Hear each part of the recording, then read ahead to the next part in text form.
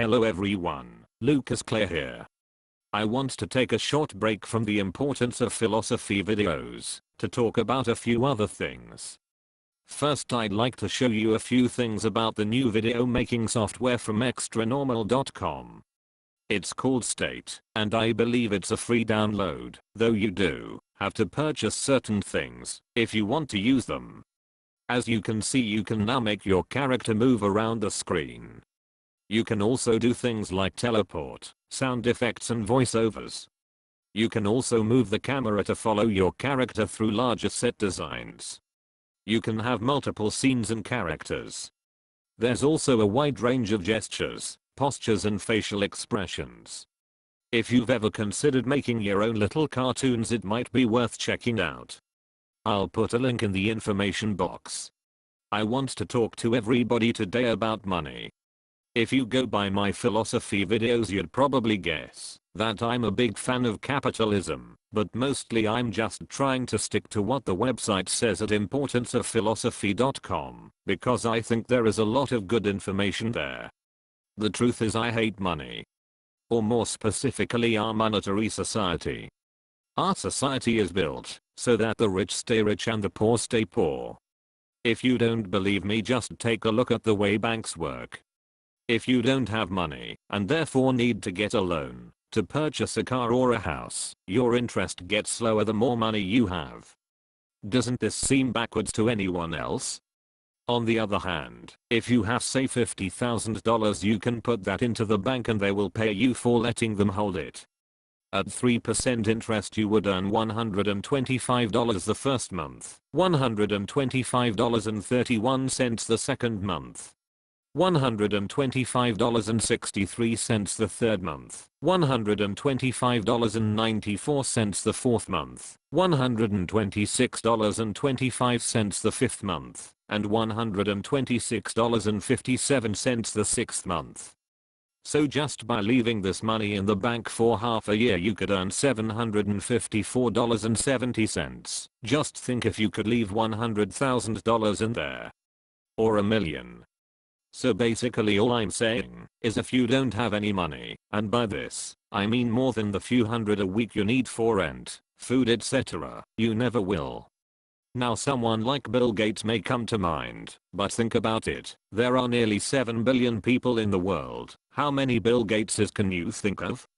If you are not born into a family with money, you will likely never have any. No matter how hard you try. And the people who have the money will do everything they can to make sure you never do. Now, I'm not making this video to just whine about the rich. There are many reasons I hate money. The main reason is because the only way to ever get money is through fraud. The more you get, the more extreme the fraud. Now I realize that everyone needs money. I have bills to pay too.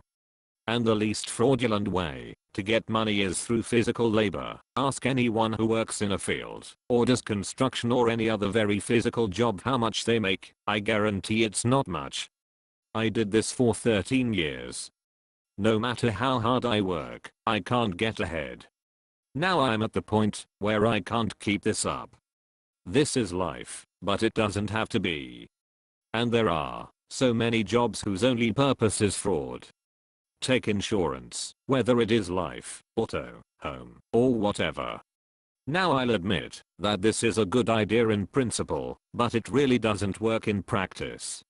Or take lawyers. How can a lawyer consider what they do anything but fraud? Or the entire medical industry, which will charge $300 for a single pill.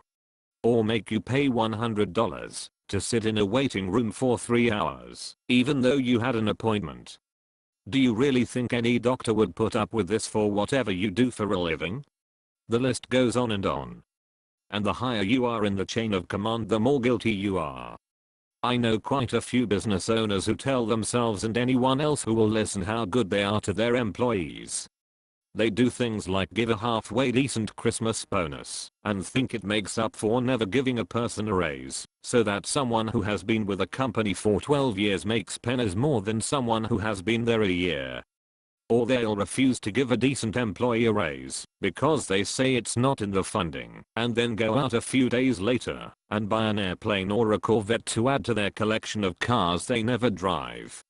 When the person at the top can purchase the side of a mountain or take extended vacations to Africa, even though he or she has lost all knowledge of exactly how things are done, while the people at the bottom pour their blood, sweat and tears into a project and struggle to put food on the table for their children, something is very wrong with society. All this while insisting they are good and fair employers. All these are true stories. I actually know people who have done these things. Not only is this considered acceptable, we are taught that this is how things should be. I could go on. If you agree with any of the things I've said about money, or would like to learn more about how our economy works, I would urge you to click on the second link in the information box. It will take you to a Google video that is 1 hour and 37 minutes long. It's very informative. If you like that video, you might like the third and fourth links in the description box. Goodbye until next time.